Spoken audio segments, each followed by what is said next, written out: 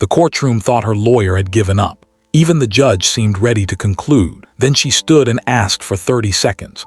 Just 30. By the time she finished, no one doubted who had truly prepared for this moment. For 3 agonizing days, Alina Sterling had endured it all in silence. The smug, pitying glances from her soon-to-be ex-husband, billionaire tech mogul Marcus Thorne, the dismissive sneers of his high-priced legal sharks. Even her own court-appointed attorney seemed to be merely going through the motions, a passive observer in Marcus's well-choreographed campaign to paint her as the entitled gold-digging socialite who contributed nothing to his empire. They had all written the ending already. She would leave with a pittance, a mere confidentiality settlement, while he kept everything. But Alina wasn't the woman they'd underestimated anymore. She was a strategist, a silent architect who had spent the last 18 months not in despair, but in meticulous preparation, waiting for this exact moment when the gavel was poised to fall on injustice.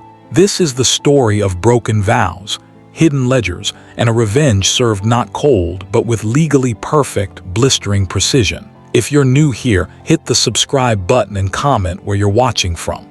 The air in the courtroom was stale, thick with the cloying scent of industrial cleaner and repressed tension. Alina Sterling sat with a stillness that was almost unnerving, her hands folded neatly on the polished oak table in front of her. She was a study in muted tones, a charcoal gray suit, a pale blue blouse, her dark hair pulled back into a severe, no-nonsense bun that only accentuated the hollows beneath her cheekbones. To the casual observer, to every reporter scribbling in the gallery, to the smirking associates at her husband's table, she looked exactly as Marcus Thorne's legal team had painted her. A ghost of a woman, fragile and fatting, a decorative accessory now being reluctantly and expensively discarded. Across the aisle, Marcus Thorne radiated a different kind of energy. Tanned from a recent business trip to Cabo, his tailored navy suit probably cost more than her car. He'd lean back in his chair, occasionally whispering a confident aside to his lead attorney, the formidable Robert Carson, whose smile was all teeth and no warmth. Marcus's gaze would drift over to Alina, not with malice, but with a kind of weary pity that was somehow worse. It was the look you'd give a houseplant you'd forgotten to water, just before you finally threw it out. The judge, an older man named Wilkins with a perpetually impatient expression, shuffled a stack of papers. "Mr. Carson, you may call your first witness." And so the charade began. For 2 days, Alina had endured a meticulous, humiliating parade.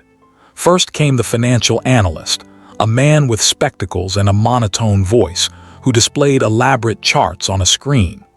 They traced a river of gold flowing from Thorne Dynamics, accounts to various luxury retailers, interior design firms, and charitable foundations. Each transaction was a bullet point in the narrative Carson was building. Alina as the consummate spender, the idle beneficiary of Marcus's genius. A $200,000 invoice for a kitchen renovation was presented not as a home improvement, but as a capricious indulgence. Her donations to the city's symphony and a women's shelter were framed as lavish social climbing, not philanthropy. And in summary, Carson said, packing before the bench like a lecturer, the financial flow clearly demonstrates a pattern of consumption wholly dependent on my client's extraordinary earned income, with no tangible return on investment. Alina's lawyer, Mr. Dalton, a man with kind eyes and a rumpled suit that seemed to perpetually carry the scent of copy machine toner, rose for cross-examination. "Mr. Jacobs, would you say a stable, beautiful, and well-run home environment can contribute to an executive's productivity, and by extension, a company's success?" Jacobs blinked. "Objection calls for speculation," Carson drawled. "Sustained," Judge Wilkins said, tapping his pen. Dalton nodded, unruffled. Withdrawn, no further questions. He sat down. Alina didn't flinch. She simply made a small, precise note on the yellow legal pad in front of her. The next day brought the human witnesses. Sarah, their former nanny, now a nursing student, nervously twisted her hands. Under Carson's gentle prompting, she spoke of Alina's devotion to their son, of being a present mother. It sounded like a compliment until Carson reframed it. So, Mrs. Sterling's primary focus, her daily occupation, was the domestic sphere, the running of the household. Well, yes, Sarah said. And Mr. Thorne, he was often traveling, building the company. Oh yes, he worked very late. He was a force of nature. Thank you, no further questions. Dalton stood again. Sarah, did Mrs. Sterling ever discuss business with Mr. Thorne during the evenings? Did you ever see her reviewing documents, taking calls related to Thorne Dynamics? Sarah looked confused, glancing between Alina and Marcus.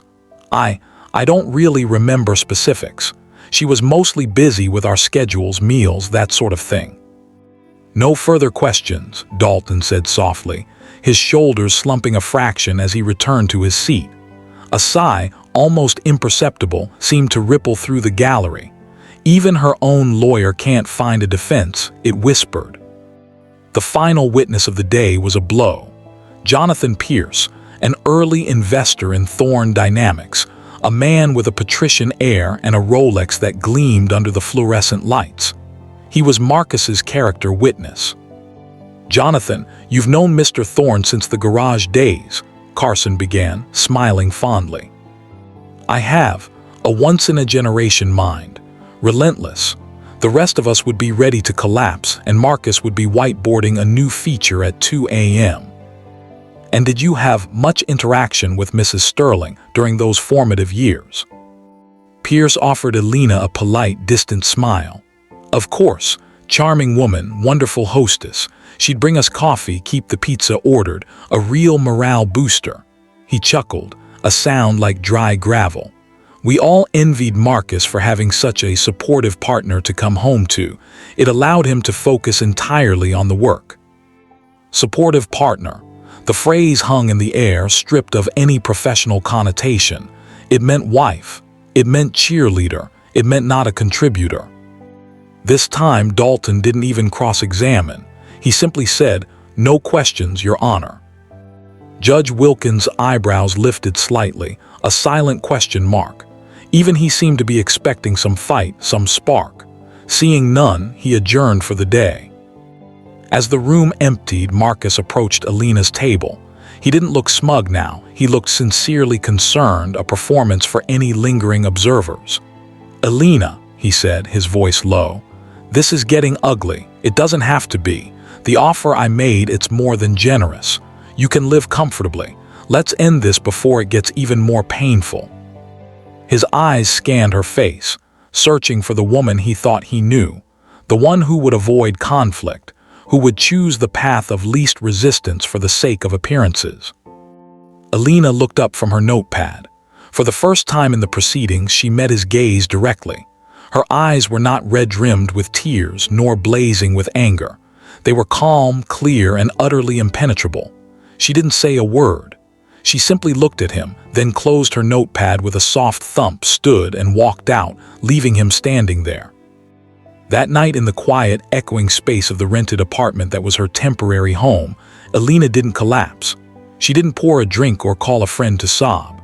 She sat at a simple desk, a single lamp casting a pool of warm light. The facade of the hollowed-out woman was gone, replaced by an expression of intense, focused concentration. She opened her laptop and entered a complex password.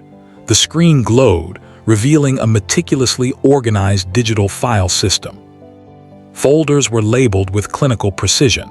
FinLogs 20102015, brand strategy drafts, NDA templates, investor correspondence. Verbal agreements. She clicked open a subfolder titled Project Veto. Inside was a timeline, a chessboard of legal moves and countermoves. She reviewed notes linked to specific exhibits Carson had entered. She listened to a short audio clip on her headphones, Marcus's voice, younger, brimming with frantic energy. "Babe, I know you're killing yourself with this freelance stuff, but if you just take over the books and the comms for the next year, I swear to God, it's 50-50 from here on out. Partners. We're building this together." She, recorded it on an old phone after a similar promise had been broken once before, a private insurance policy. She cross-referenced a date on the timeline with an email chain. There it was, Marcus, writing from his early corporate account to a potential venture capitalist, copying her. Attached is the revised pitch deck. Alina's insights on market positioning were razor-sharp as always. Let's discuss Tuesday. Razor-sharp, not charming, not supportive. She worked for 2 hours, her movements efficient, her mind a steel trap. This was the real Alina, the woman who had dropped out of her MBA not because she couldn't handle it, but because Marcus's prototype had gotten its first shaky seed round and someone had to manage the chaos. The woman who had taught herself corporate law basics to draft those early NDAs because they couldn't afford a lawyer. The woman who had quietly rebranded Thorne Dynamics after its first major scandal, crafting the trust through transparency campaign that had saved it, while Marcus had been holed up in a panic room of his own making. The court saw a ghost, but in this quiet room she was the architect, reviewing the blueprints of a demolition that was right on schedule. Mr. Dalton's perceived weakness was a calculated gambit they had agreed upon in a series of hushed, strategic meetings. "Let them talk," he'd said, his kind eyes sharpening. "Let them establish their entire narrative on the record. Let them get comfortable.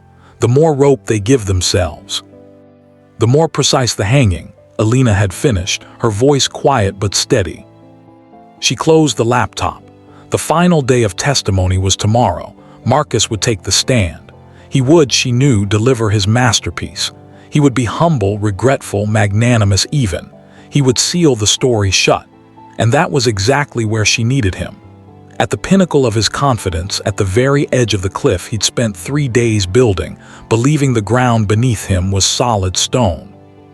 She allowed herself one small, private smile in the dim light, a crack in the marble mask. It wasn't a smile of joy, but of cold, pure anticipation. They had all mistaken her silence for surrender. They had mistaken her lawyer's restraint for incompetence. They had mistaken the careful laying of groundwork for an empty field. Tomorrow, they would learn the cost of that error. The final morning of the trial dawned with a metallic gray sky pressing against the courthouse windows, mirroring the grim, settled mood in the chamber. The gallery was fuller today, word having spread that Marcus Thorne himself would take the stand. There was a buzz in the air, the kind that precedes a coronation. Alina took her seat, the same picture of subdued defeat. She wore a simple black sweater today, almost funereal. Marcus, in contrast, had chosen a softer blue tie, projecting an air of sober responsibility. Judge Wilkins entered, his robes whispering, and the proceedings began with a palpable sense of finality. "Mr. Carson, you may call your next witness." Carson stood, buttoning his jacket with a flourish. "Your Honor, the defense calls Marcus Thorne." A ripple went through the room. Marcus stood, straightening his cuffs, and walked to the stand with the easy confidence of a CEO entering his own boardroom. He took the oath, his hand on the Bible, his voice firm and clear. He met the judge's eye, a man of substance respecting another. Carson began with soft, almost reverential questions, guiding Marcus through the founding myth of Thorne Dynamics. Marcus spoke eloquently, painting a picture of manic, all-consuming passion. He talked about maxed-out credit cards, sleeping bags on the concrete floor of a rented garage, the sheer terror of potential failure. He was careful, masterfully so, to use the plural pronoun. We were desperate. We believed in the vision. But the we felt editorial, a gracious nod to a supporting cast, not an acknowledgement of a co-pilot. "And during this period," Carson asked, his tone gently probing, "what was your wife's role?" Marcus sighed, a sound laden with nostalgic affection. He looked at Alina, his expression softening with what looked like genuine remorse. "Alina, she was my rock, absolutely. She held everything else together so I could focus. The house, our social obligations, and later, of course, our son, Jamie. It's a sacrifice I don't think I ever fully appreciated until now." He shook his head, the humble genius burdened by hindsight. "I was so deep in the code, in the fundraising grind, that I fear I took her steadfast presence for granted. It was a devastating performance. He was giving her credit, but credit of the most condescending kind, for being a rock, an anchor, a stable presence. Not for writing code or strategizing or negotiating, for being there. Carson led him through the company's growth, and Marcus's language subtly shifted. The we faded, replaced by I secured the Series A, I pivoted the business model. I built the executive team. Alina was mentioned only in the context of the perks his success afforded her, the house she decorated, the charities she championed, the social circles she navigated. He painted her current financial requests as not just excessive, but fundamentally disconnected from the value he had created. "Now, Mr. Thorne," Carson said, his voice dropping to a confidential tone. "This is difficult, I know, but can you explain to the court why you believe a clean break, with the settlement offer you've extended, is not only fair but generous?" Marcus leaned forward, clasping his hands. He addressed the judge directly, man-to-man. "Your Honor, I loved my wife. A part of me always will. This isn't about punishment, it's about reality. The company, Thorne Dynamics, is not an asset like a house or a bank account. It's a living, breathing entity that requires specific, hard-won expertise to steward. It's my life's work. The offer I've made ensures Alina never wants for anything, while allowing the company, and its thousands of employees, to continue to thrive under the leadership that built it." He paused, letting the weight of responsibility settle over the court. It's the only outcome that makes sense. He had framed his greed as fiduciary duty, his dismissal of her as protection of a legacy. It was brilliant. Several people in the gallery nodded unconsciously. "Thank you, Mr. Thorne. No further questions." Judge Wilkins looked at Dalton. Cross-examination. All eyes turned to Alina's lawyer. He looked smaller somehow, dwarfed by the narrative Marcus had just cemented. He stood, holding a single blank legal pad as if he'd given up on notes. "Just a few questions, Mr. Thorne." He approached the stand slowly. "You mentioned maxing out credit cards in the early days. Whose credit cards specifically?" Marcus blinked, thrown by the mundanity. "Mine primarily, some joint ones." "And who managed the payments on those cards, ensuring your personal credit, and by extension, the company's ability to secure early debt, remained viable?" "We handled it together. Our bookkeeper later." "Did you have a bookkeeper in 2011, when you were operating from the garage on Elm Street?" A slight hesitation. "Not formally, no." "So who reconciled the statements, decided which vendor got paid when the funds were short, and communicated with the credit card companies when you had to delay a payment?" Marcus's eyes flickered towards Alina for an instant. "Alina handled a lot of the household finances, yes." "Just the household finances, or the business finances, as they were completely intermingled at that point?" Carson was on his feet. Objection argumentative. "Sustained." Dalton nodded, unfazed. He shifted gears. "You entered into Evidence Exhibit 22, a series of emails from 2015 regarding a data breach at Thorne Dynamics. You testified that you led the crisis response. Do you recall authoring the brand strategy document titled Rebuilding Trust, a 3-phase communication plan that was attached to those emails?" Marcus's confidence wavered just a hair. "I oversaw its creation. My team drafted it based on my direction." Dalton picked up a single sheet of paper from his table. It was a printout of a document properties panel. "I'd like to show you what's been pre-marked as Plaintiff's Exhibit A for identification. This metadata shows the document's author, its revision history, and the initial save location. Can you identify the author listed here?" Marcus leaned forward. The color drained from his face. The name in the author field was not his, nor any member of his team. It was Alina Sterling. The company field was blank. The last save by field showed the document was last saved to a desktop path. See /users/Alina/documents/Thorne Dynamics/brand strategy. The courtroom was dead silent. "Mr. Thorne," Dalton prompted gently. It appears it was saved from her computer," Marcus said, struggling to recover. "I often emailed her drafts for proofreading, for typos." "For typos," Dalton repeated, his tone neutral. He placed the paper down. No further questions. He sat. The damage was subtle but profound. A tiny crack had appeared in Marcus's flawless edifice, but Dalton did nothing to widen it. He let it be. He had, in the eyes of everyone, missed his chance. Carson did a brief redirect, having Marcus reiterate that of course he valued Alina's feedback, her sharp eye for detail. But the creative and strategic impetus was always his. The attempt to patch the crack felt desperate. Then came the closing arguments. Carson was in his element. He strode before the bench, a summation of power and reason. He wove together all the threads, the spending, the witness testimonies, Marcus's humble and credible performance.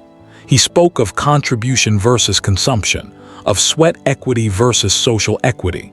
He painted Alina's claims as a belated and misguided grab for a crown she never helped forge. "This court," he concluded, voice resonating with finality, "should not and cannot reward passivity. It should honor creation. My client has offered generosity out of respect for the past. We urge you to accept it as the only just conclusion." He sat supremely confident. All eyes turned to Mr. Dalton. He rose, his posture still unassuming. He cleared his throat. "Your Honor, opposing counsel has told a very compelling story, a story of a lone genius and his supportive wife." He paused, looking down at his notes, then out at the courtroom. "It is a common story, a comfortable one, but it is not the true story." He began speaking, but his words were soft, general. He talked about the invisible labor of women, the unseen contributions that fuel empires. It was vague, almost philosophical. He referenced no specific evidence, cited no exhibits. He spoke of fairness and equity in broad, emotional strokes. After Carson's laser-precise narrative, it felt like a weak plea for sympathy. After 2 minutes, his voice trailed off. He looked at Alina, then at the judge, and seemed to diminish. "And so, Your Honor," he said, a note of resignation in his voice, "we simply ask for a fair consideration. Thank you." He sank into his chair, the very picture of a man who had given his best, inadequate though it was. A profound quiet descended. Judge Wilkins let out a small, almost inaudible sigh, a man resigned to ending an unpleasant but clear-cut matter.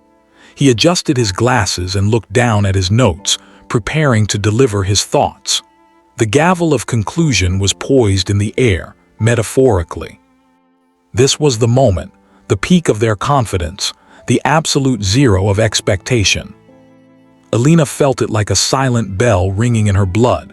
She placed a hand on Dalton's forearm, a gesture of thanks, of solidarity. Then she pushed back her chair and stood. The sound was sharp in the hushed room. Every head swiveled. Marcus's brow furrowed in confusion. Carson's lip curled in dismissive amusement. "Your Honor," she said. Her voice didn't tremble. It didn't waver. It was cool, clear, and carried to the back of the gallery with an effortless authority that seemed to change the very pressure in the room. "With the court's permission, may I address you for 30 seconds?" The request was so bizarre, so procedurally out of left field, that for a second no one moved. Then Carson was on his feet, a shark scenting blood in the water. "Objection. Your Honor, the client is represented by counsel. Closing arguments have concluded. This is highly irregular and prejudicial." Judge Wilkins stared at Alina. He had seen her sit like a statue for 3 days. Now she stood like a column of marble, her gaze level and unwavering. The hollows in her cheeks weren't signs of weakness now, but of austerity, of fortitude. His curiosity, a judge's innate suspicion of a tidy story, overpowered his impatience. "Overruled, Mr. Carson," he said, his eyes never leaving Alina. "I'll allow it, but be brief, Miss Sterling. You have 30 seconds, be precise." Alina did not look at Marcus. She did not glance at the gallery. She focused entirely on Judge Wilkins, speaking to him as one professional to another. "Your Honor, you've heard this defined as a divorce. It is not." Her first sentence landed like a hammer, blunt and redefining. "It is the dissolution of a business partnership where I was the silent, unbilled and uncompensated COO, CMO, and head of risk management for Thorne Dynamics from its inception in our garage to its Series C funding." A sharp intake of breath from the gallery. Marcus stiffened, his jaw clenching. "The evidence of this partnership," she continued, her pace measured, each word a deliberate brick, "is not in the shopping receipts entered into Exhibit 12, but in the encrypted server logs of the company's first 5 years, which I managed. In the non-disclosure agreements I drafted for his first key hires, attached here. And in the 14% surge in investor confidence, directly following the brand strategy I authored after the 2015 data breach, a document my husband's counsel has failed to disclose." Carson was frantically flipping through his master binder, his face ashen. "Failed to disclose." The words hung in the air, smelling of legal malpractice. Alina's 30 seconds were up, but she had one more sentence, and Judge Wilkins, riveted, did not stop her. "Their entire case rests on the premise of my ignorance." She finally turned her head just slightly, and her eyes met Marcus's. The pity she saw there earlier was gone, replaced by a dawning, primal terror. She gave him the faintest, coldest smile imaginable. "With your indulgence beyond my 30 seconds, I can demonstrate that premise is not just false, but a deliberate fraud upon this court." Silence, not a hushed silence, but a vacuum, as if all the sound had been sucked out of the world. Then chaos erupted. Carson was sputtering objections. Reporters were scrambling for their recorders. The gallery buzzed like a stirred hornet's nest. Judge Wilkins slammed his gavel once, twice, 3 times. "Order, order in the court." When the room subsided into a throbbing quiet, he turned his gaze not to Alina, but to her lawyer. "Counselor Dalton," he said, his voice dangerously calm. "What is the meaning of this? Does your client have evidence to support these very specific assertions?" Dalton stood. The transformation was breathtaking. The rumpled, defeated man was gone. His shoulders were square, his eyes sharp behind his glasses. The faint, knowing smile that played on his lips was that of a chess master who had just whispered, "Checkmate." "She does, Your Honor," he said, his voice ringing with a newfound, commanding confidence. He reached down. Alina handed him not a stack of papers, but a single, ordinary-looking USB drive. He held it aloft as if it were Excalibur. "And as lead counsel, I had planned to introduce it in our final argument, following the strategic timeline agreed with my client to ensure all of opposing counsel's assertions were on the record first." He let the implication hang. Carson and Marcus had been allowed to lie in detail under oath, constructing their own gallows. "With the court's permission," Dalton said, turning to the bench. The USB drive gleaming in his hand, "I would now like to deliver my actual closing statement." The silence that followed Dalton's statement was brittle, charged with the static of shattered assumptions. Judge Wilkins leaned forward, his earlier impatience burned away by a sharp judicial intensity. "You may proceed, counselor, and I suggest you be comprehensive." The warning was clear. There would be no more games. Dalton gave a single, respectful nod. He walked to the lectern, not with Carson's theatrical swagger, but with the deliberate pace of a scholar approaching a podium. He plugged the USB drive into the court's computer. On the large screen used for exhibits, a simple, clean folder structure appeared. It was labeled, Sterling v. Thorne, Actual Contribution. "Your Honor, members of the court," he began, his voice calm, conversational, yet carrying an undeniable weight.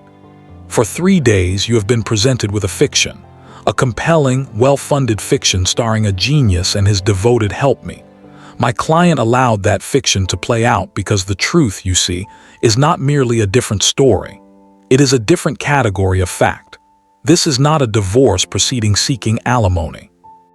This is an action for breach of partnership, for unjust enrichment, and for the forensic accounting and equitable division of a jointly built enterprise. He clicked the first folder open, Financial Architecture. Exhibit A, Dalton said. A spreadsheet bloomed on the screen, dense with data. This is not a record of spending. This is the cash flow model for Thorne Dynamics, years 2010 through 2013, maintained by Ms. Sterling. Every line of credit, every maxed-out card payment, flagged here in yellow, every delayed vendor invoice with her annotations on negotiation strategy. Note the hyperlinks. He clicked. An email window popped up, dated July 2012. It was from Alina to a Visa fraud department manager, expertly arguing for a fee waiver and a credit limit increase based on anticipated business revenue, citing a specific client pipeline. She wasn't just paying bills, Your Honor. She was managing the company's creditworthiness, its very financial oxygen, while Mr. Thorne focused on the product. This wasn't housekeeping. This was the work of a chief financial officer for a startup. Marcus was whispering furiously to Carson, who was frantically scrolling through his own laptop, a sheen of sweat on his forehead. Dalton moved on. Legal and Human RESOURCES. He opened a subfolder. The first 5 hires at Thorne Dynamics. Here are the offer letters. He displayed them. The signature block for Thorne Dynamics was signed by Marcus, but the attached non-disclosure agreements were different documents. And here are the corresponding NDAs. He zoomed in. They were cleaner, tighter, with more robust non-compete clauses.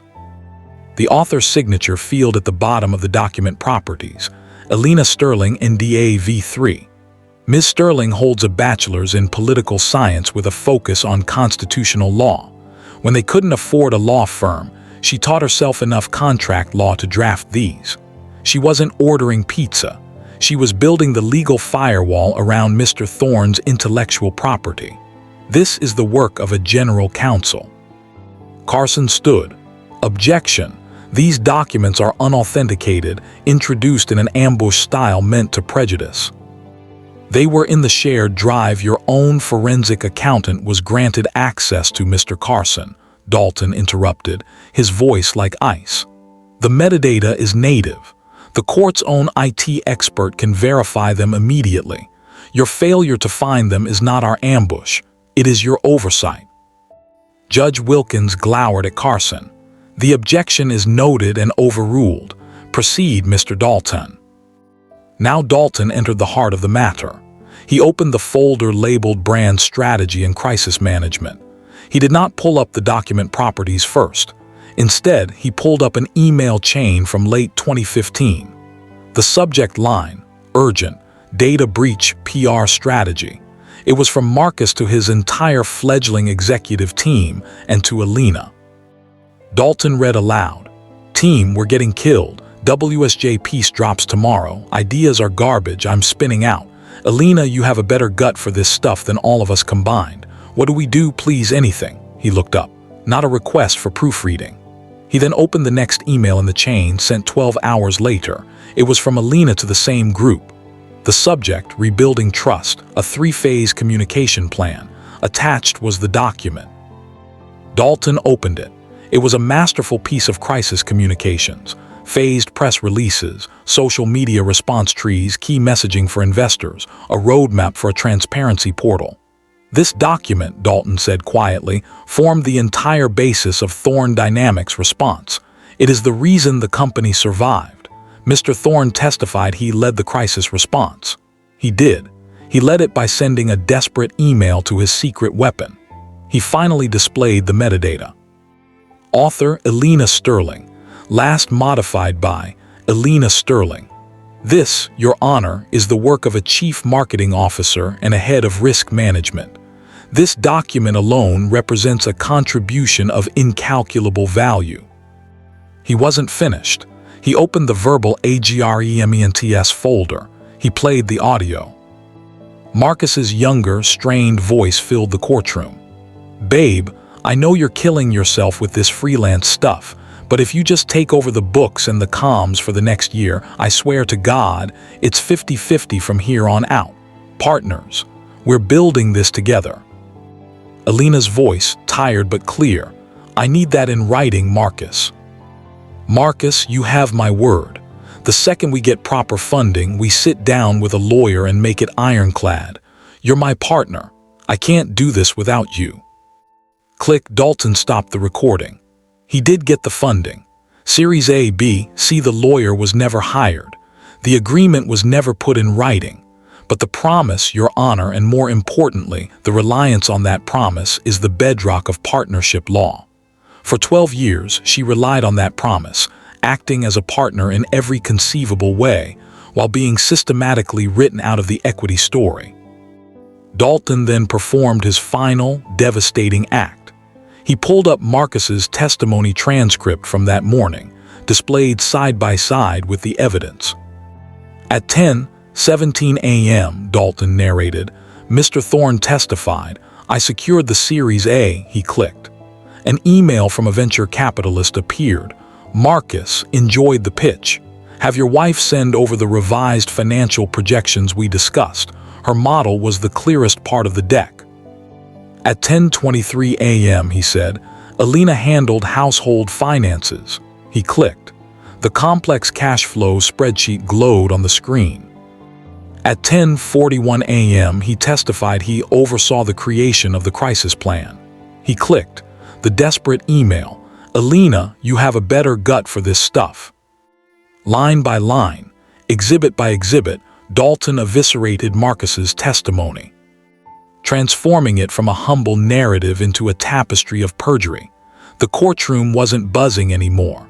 It was in a state of rapt, horrified stillness. Dalton turned to face the judge fully. "Their case, Your Honor, rests on the premise of her ignorance.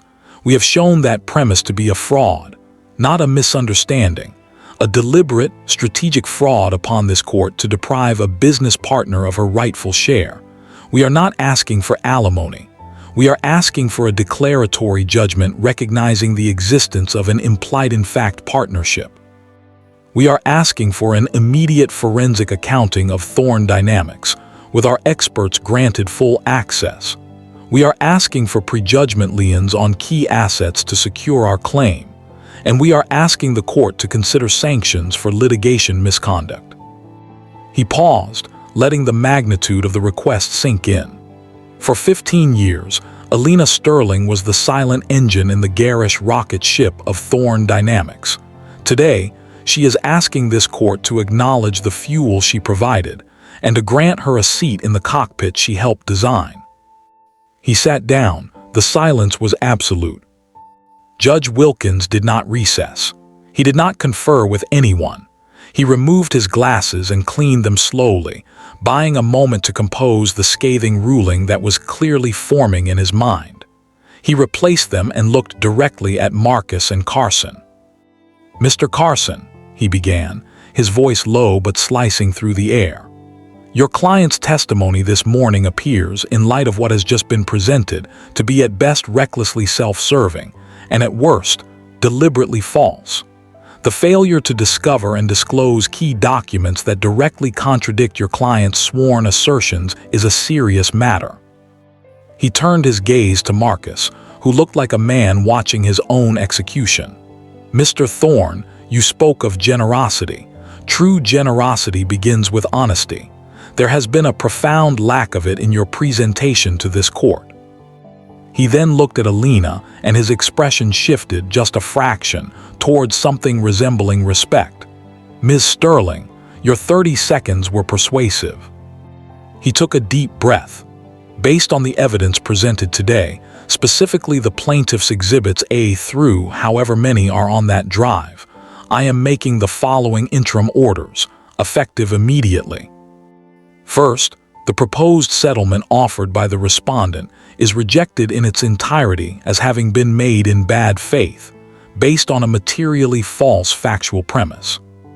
Second, I am appointing an independent forensic auditor to be agreed upon by both parties within 48 hours, with full and unfettered access to all financial and operational records of Thorne Dynamics, its subsidiaries, and any related holding companies, dating to its inception. The scope is to identify and value all contributions, capital and otherwise, to the enterprise. Third, pending the outcome of that accounting, I am granting the petitioner interim exclusive use and control of the marital residence and a temporary monthly support order to be drawn directly from Thorn Dynamics operating accounts in the amount of. He named a figure that made even the reporters gasp. It was not for shopping. It was for living at the standard her work had helped create and to fund her legal and expert team. Fourth, I am placing a prejudgment lien on 20% of Mr. Thorn's equity in Thorn Dynamics to secure the potential judgment. Finally, he said, fixing Carson and Marcus with a final, withering stare, I am ordering both of you to show cause, in a hearing 2 weeks from today, why you should not be sanctioned for litigation misconduct, including the possible referral of Mr. Thorn's testimony to the district attorney's office for investigation into perjury. This court is adjourned. Bang, the gavel fell. The roar that erupted was instantaneous. Reporters bolted for the doors. Camera flashes exploded around Marcus, who sat frozen, his face a mask of utter shock, his empire crumbling not from without, but from the foundation he'd thought he could bury. Carson was shoving papers into his bag, refusing to comment. Alina did not move. She let the chaos swirl around her. She slowly closed her notepad, the one that had held not desperate scribbles, but the coded timeline of this exact victory. Mr. Dalton placed a steadying hand on her shoulder, a silent communication between co-conspirators. As she finally stood to leave, Marcus broke through the scrum. His composure was gone, replaced by a raw, furious panic. Alina, this is insanity. You'll destroy the company. You'll destroy everything we built. She stopped and turned. For the first time, she looked at him not as an opponent, but as a piece of the past, an artifact. There was no anger in her eyes, only a vast, calm finality. "You're wrong, Marcus," she said, her voice barely above the din but carrying a devastating clarity. "I'm not destroying what we built. I'm finally taking my half of it out of your hands." She walked out of the courtroom into the buzzing hallway and toward the tall courthouse doors. The gray sky had broken. A single, brilliant shaft of afternoon sunlight speared through the clouds, illuminating the steps ahead of her. She took a deep breath, the first unconstricted breath she felt she'd taken in years. The ghost was gone. In her place was an architect, surveying a new, open landscape, ready to build something entirely her own.